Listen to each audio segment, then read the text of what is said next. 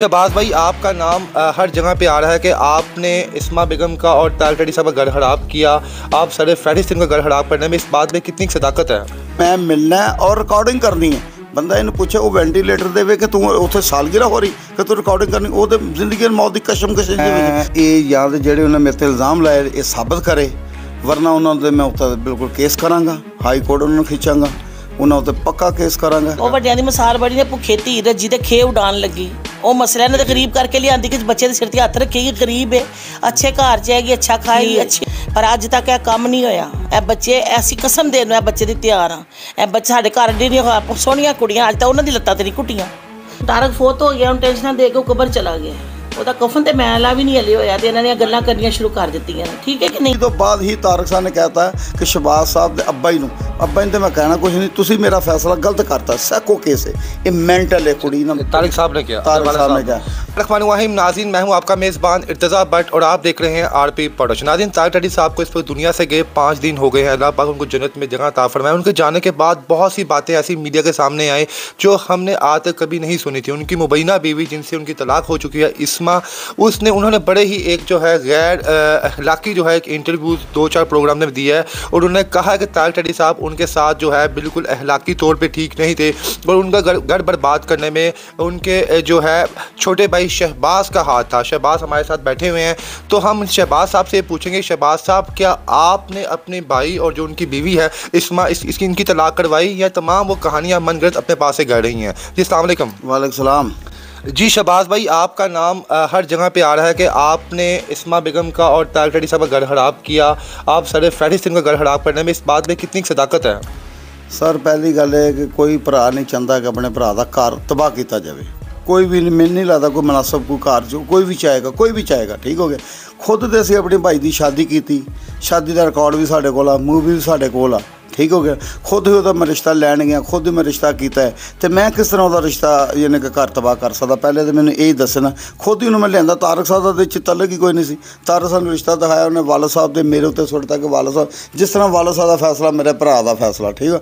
वालद साहब मेरे बीमार से, ठीक हो गया। वालद साहब ने पसंद किया ऐसे एक गरीब घर की लड़की वेख के ना, गरीब घर की लड़की वेख के तो सोचा कि चल यार बच्चे नूं जरा एक माँ मिल जाएगी। छोटा बच्चा से 3.5-4 साल का, माँ का करके असी तारक साहब ने जब तक फैसला ही अपनी फैमिली उत्ते सुटता है कि यार ये मेरा माँ मेरा भरा या मेरा वालद साहब जिथे कह उन्होंने तारक साहब इंज लग रहा सी कि मैं फैसला गलत ना कर लाँगा, जब कि उन्होंने पीक दौर से पीक यानी कि रूज दौर से तो कितने शादी इधर उधर ना कर लाँगा। बच्चा ना फैसला किया, शादी तो की, शादी तो बाद माशाल्लाह अच्छी शादी हुई है, ठीक ठाक हुई है। शादी तो बाद ही तारक साहब ने कहता है कि शहबाज साहब के अब्बा जी तो मैं कहना कुछ नहीं, तुसी मेरा फैसला गलत करता, सैको केस है, ये मेंटल है कुड़ी ना। तारिक साहब ने किया। तारिक साहब ने किया। जी शहबाज साहब, उन्होंने बेगम ने ताड़े थे बड़े हलाक तो गिरे इल्ज़ाम लाए ने और कहते हैं कि शहबाज भाईजान जो थे, शहबाज साहब जो थे मेरी टांगे दबाते थे रात को आते हुए, मेरे सर पे हाथ फेरते थे, ये फेरते। तो इस क्या आप क्या समझते, वो इतने बड़े प्लेटफॉर्म में मीडिया पे बातें कर रही हैं, क्या इनमें सदाकत नहीं है? नहीं ना जी, कोई नहीं है इस चीज़ का कि ये तो बिल्कुल झूठ है। अगर 10 साल हो गए ने इस चीज़ में तो मैनूं नहीं लगता झूठ है। साड़ी खालां साढ़े नाल सी, खालां साड़ी तारक साहब की खाला है, ये भी इत्थे ही रहे ने, ये भी इत्थे आए गए हर चीज़ रहिंदे सी। बाकी औरतों की गल, बाकी औरतां ने इन्होंने इल्ज़ाम लाने ही लाने। इन्हें 10 साल बाद इन्हों इस चीज़ की याद आ रहा है जो तलाक हो गई, तारक साहब फौत हो गए, इन्हें संभाल के किस तरह रखी हुई सी कि तारक साहब फौत होने तो बाद मैं ये गल करांगी, बजाय कि तारक साहब दुनिया तो चले गए ने, उन्होंने दुआ करान, कुरान खानी करान, हर चीज़ करन। ये तलाक हो चुकी है, अपने माँ बाप के कार नहीं रही। तारक साहब ने टॉर्चर ही कर दी आई, जो तारक साहब टॉर्चर कर दे। मैं नहीं कहांगा मीडिया के किसी बंदे नूं तुसीं पुछ लेना, किसी ने पुछा महल्लेदारां ने पुछ लेना, साड़ी खाला, बाकी तो पूछो इन्होंने। जी इस्लामी नाज़रीन, इस वक्त मेरे साथ मौजूद हैं तारक साहब की खाला जान। इनसे पूछेंगे कि असल मामला क्या है, जो इस्मा बेगम है उनकी बात में कितनी सच्चाई है। जी अस्सलाम वालेकुम। वालेकुम सलाम। ये माइक ऊपर रखना आपने। जी आपने शायद इंटरव्यूज़ देखे होंगे कि मुख्तलिफ प्लेटफॉर्म पे इस्मा बेगम जो है इंटरव्यूज़ दे रही हैं और उनका हक क्या देने का, मीडिया का काम है दोनों साइड की बात सुने। मैंने भी उनसे इंटरव्यू किया और बाकी यूट्यूबर्स ने भी उनसे इंटरव्यू किए, उसमें उन्होंने ये बात कही कि उनकी जो तारक साहब पे घर वाले थे वो मेरे साथ बड़ा अच्छा सलूक नहीं करते थे, मुझे वो ज़हनी टॉर्चर देते थे। मेरी और तारक की तलाक करवाने में तारिक के भाइयों का और इसके रिश्तेदारों का हाथ है।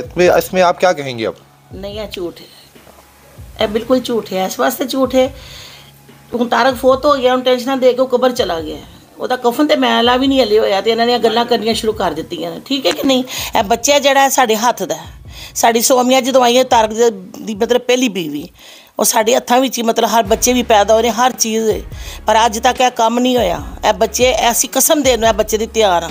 ਇਹ ਬੱਚੇ ਸਾਡੇ ਘਰ ਜਿਹੜੀਆਂ ਸੋਹਣੀਆਂ ਕੁੜੀਆਂ ਅੱਜ ਤੱਕ ਉਹਨਾਂ ਦੀ ਲੱਤਾਂ ਤੇ ਨਹੀਂ ਘੁੱਟੀਆਂ, ਇਹਦੀਆਂ ਲੱਤਾਂ ਘੁੱਟ ਰਹੀਆਂ ਸੀ। ਤੇ ਜਿਹਦੀਆਂ ਲੱਤਾਂ ਘੁੱਟੀਆਂ ਸੀ ਤੇ ਪਹਿਲੇ ਪਿਛਲੇ ਦਿਨਾਂ ਜਿਹਨੇ ਧਰਨਾ ਕੀਤਾ ਇਹ ਜਦੋਂ ਲੋਕਡਾਊਨ ਲੱਗਾ ਇਹਨੇ ਧਰਨਾ ਕਰ ਲਿਆ ਸੀ ਬਿਸਮਿਲ੍ਲਾ ਚੌਂਕ, ਤੇ ਫਿਰ ਉਦੋਂ ਵੀ ਧਰਨਾ ਕਰਦੀ, ਸਾਰੀ ਆਵਾਮ ਨੂੰ ਪਤਾ ਲੱਗਦਾ, ਮੀਡੀਆ ਨੂੰ ਪਤਾ ਚੱਲਦਾ ਕਿ ਵਾਕਈ ਲੱਤਾਂ ਘੁੱਟਦਾ ਸੀ ਉਹਦਾ ਭਰਾ। ਤੇ ਐਡਾ ਬਗੈਰ ਤੇ ਕੋਈ ਵੀ ਨਹੀਂ ਹੁੰਦਾ ਘਰ 'ਚ ਭਰਾ ਲੱਤਾਂ ਘੁੱਟਦਾ ਹੋਵੇ ਤੇ ਭਰਾ ਇਨਸਾਫ ਨਾ ਕਰੇ। ਸੁਬਾ ਨੇ ਇਹ ਗੱਲ ਕੀਤੀ ਹੈ ਇੰਟਰਵਿਊ ਦੇ ਵਿੱਚ ਕਿ ਤਾਰਕ ਸਾਹਿਬ ਨੂੰ ਮੈਂ ਉਹਨਾਂ ਨੇ ਪੁੱਛਿਆ ਤੁਸੀਂ ਤਾਰਕ ਸਾਹਿਬ ਨੂੰ ਦੱਸਿਆ ਕਿ ਦੱਸਿਆ ਸੀ? ਉਹ ਕਹਿੰਦੇ ਕੋਈ ਗੱਲ ਨਹੀਂ। ਤਾਰਕ ਸਾਹਿਬ ਤੇ ਆਪ ਦੂਸਰਿਆਂ ਦੇ ਫੈਸਲੇ ਨਿਬੇੜਦੇ ਸੀ, ਦੂਸਰਿਆਂ ਧੀਆਂ ਦੇ ਫੈਸਲੇ ਨਿਬੇੜਦੇ ਸੀ, ਉਹਨਾਂ ਦੇ सिर ते हथ रखते, अपने घर अपना फैसला नहीं निबेड़ सकते सी। जिस तरह बताया शहबाज साहब ने कि शहबाज साहब ने ही उनका रिश्ता करवाया था, बड़े वो मिडिल क्लास फैमिली से बिलोंग करते, तो क्या ऐसी वजह बनी कि यहाँ पे आके उनके रंग बदल गए और उन्होंने जनाब उनका रिश्ता 3 साल तक भी नहीं चल सका? वो वड्डियां दी मिसाल बड़ी ने, भुखे धी रजी ते खे उड़ान लगी। वो मसला ने तो गरीब करके लियांदी कि बच्चे के सिर ते हथ रखेगी, गरीब है, अच्छे घर च हैगी, अच्छा खाएगी, अच्छी ਇਹਦੀ ਹੋ ਜਾਏਗੀ ਜ਼ੇਨ, ਤੇ ਉਹਨੇ ਤੇ ਆਣ ਕੇ ਦੂਸਰੇ ਪੁੱਠੀਆਂ ਚੁੱਕ ਲਿੱਤੀਆਂ। ਕਿਹੜੀ ਸ਼ਰੀਫ ਔਰਤ ਜਿਹੜੀ ਠਾਣੀ ਜਾਂਦੀ ਹੈ? उनका ये बकौल था कि जब तारक साहब ने अगर बच्चियों उन्होंने सिर्फ एक बनाया निशाना जिहा बच्चियों अगे करता हैगी तो तारे का खून है ना, उन्होंने भी जलील कर रही है। अच्छी गल तो नहीं है, तो बच्चियां साड़ियां ने ना। लेकिन वो उनका जो इंटरव्यू ने उनका इंटरव्यूअर ने उसने ये कहा कि इस्मा बेगम ने ये बताया कि मुझे घर से निकलवाने के लिए मुख्तलिफ हड़बे इस्तेमाल किए जाते थे। कभी जब इन तारक साहब के वालिद साहब जब बीमार थे तो उनकी जो वेंटिलेटर के कौन वो शहबाज साहब पे इल्ज़ाम है, शहबाज साहब उनके साथ बुरा सलूक करते थे और बाद में मेरे पे इल्ज़ाम लगाते थे और तारक साहब घर में आकर मेरे से गुस्सा होते थे। क्यों शहबाज ज़्यादा इत्थे रहिंदा सी भाई दे कोल ही, इत्थे मतलब बच्चे भी बीवी भी ਉਹਦੀ ਇੱਥੇ ਰਹਿੰਦੀ ਸੀ, क्यों बहुत करीब ਹੈਗੇ ਸੀ। ਤੇ ਉਹਨੇ ਸੋਚਿਆ ਹੁਣ ਇਹਨੂੰ ਮੈਂ ਕਿਸ ਤਰ੍ਹਾਂ ਕੱਢਾਂ, ਸਾਰਿਆਂ ਨੂੰ ਤਾਂ ਵਾਰੀ-ਵਾਰੀ ਉਹਨੂੰ ਕੱਢ ਦਿੱਤਾ। ਕਿਉਂ ਸੋਨੂੰ ਨੂੰ ਮੇਰੇ ਬੱਚੇ ਮਿਲਣ ਆਉਂਦੇ ਸੀ ਤੇ ਮਿਲਣ ਨਹੀਂ ਦਿੰਦੀ ਸੀ, ਦਰਵਾਜ਼ਾ ਬੰਦ ਕਰ ਦਿੰਦੀ ਸੀ, ਬਾਹਰੋਂ ਕਹਿ ਦਿੰਦੀ ਸੀ ਅੰਦਰ ਕੋਈ ਨਹੀਂ ਗਾ ਘਰ। ਫਿਰ ਮੇਨ ਮਕਸਦ ਹੀ ਹੈ ਵੇ। ਤੇ ਸ਼ਹਬਾਜ਼ ਜੀ ਤੇ ਬਾਅਦ ਚੋਂ ਕਰ ਲਾਂਦੀ, ਪਹਿਲੇ ਤੇ ਅਸੀਂ ਤਾਂ ਆਨੇ ਸਾਂ ਮਿਲਣ ਵਾਸਤੇ, ਸੋਨੂੰ ਨੂੰ ਮਿਲਣ ਨਹੀਂ ਦਿੰਦੀ ਸੀ। जी शहबाज साहब आप बताएं, जनाब आला आप पे इतने बड़े इल्ज़ाम लगे, माशाल्लाह आपके बच्चे इतने बड़े हैं, तो आप क्या समझते हैं आपके साथ जो है आपकी क्या इज़्ज़त ये रह रही है यहाँ पे कि आपके बच्चों के सामने वो आपका मोरल डाउन कर रही हैं? बिल्कुल मेरे बच्चों के सामने उन्होंने डिग्रेड किया।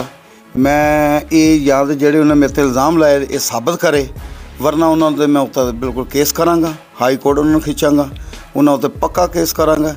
ये एक दो ने हजे तक ये नहीं पता कि मेरे बच्चे किन्ने ने, एक उन्हें ये नहीं पता कि मेरी बेटी स्टोरां दे काम करदी। उन्हें मेरे ते इल्ज़ाम लाया कि मैनू फरूक हॉस्पिटल इन्हों ने मैनू धक्के दिते ने। 3 तरीक को फरूक हॉस्पिटल आइए, 3 तरीक की रिकॉर्डिंग कढ़ा लो। अच्छा, वो 3 तरीक को उन्होंने ये भी कहा कि फरूक हॉस्पिटल में मेरे साथ मेरे बच्चे भी मौजूद थे, लेकिन इन्होंने बच्चों को मिलने नहीं दिया। बहुत झूठ है, बच्चे है ही नहीं सी नाल। सानू किसी की कॉल है कि तारक साहब के बच्चे ने मिला दे, असीं कहा भेजो मिला दें, जद कि तारक साहब ने मिलना नहीं सी चाह रहे। ठीक हो गया, इनू तारक साहब ने दस्सिया, उन्हें कहा मैं नहीं मिलना। ठीक हो गया। उस तो बाद एक कल्ली आई फरूक हॉस्पिटल, कल्ली औरत आई है और हाथ जी ने मोबाइल फड़िया, सोनू नू कह रही है कि मैं मिलना है और रिकॉर्डिंग करनी है। बंदा इन्हें पूछे वो वेंटिलेटर देवे कि तू उत्थे सालगिरह हो रही कि तू रिकॉर्डिंग करनी, वो तो जिंदगी मौत की कशमकश जी सिर्फ मैं मीडिया दसांगी या फलान कर। तारक साहब पहले भी एक दिन हॉस्पिटल से 8 महीने पहले भी हॉस्पिटल चाहिए, उत्थे भी तारक ने गर्मी करके कढ़दा कि तेरा मेरा कोई तलक नहीं है, तू मेरे सामने ना आएगा, तेरी वजह तो मैं इत्थों तक पहुँचे। अच्छा रही गल बच्चों की, कुरानी मानी हल्फी कि बच्चे नाल नहीं सी। अच्छा तीसरी गल इन्हें कहा कि मेरे हथी पै ने मेरे लड़ाई की। 3 तरीक वाले दिन की गल है, फरूक हॉस्पिटल की रिकॉर्डिंग कर ले, ये भी मैं तेन इल्ज़ाम लाया, यदा भी मैं उन्होंने केस करांगा।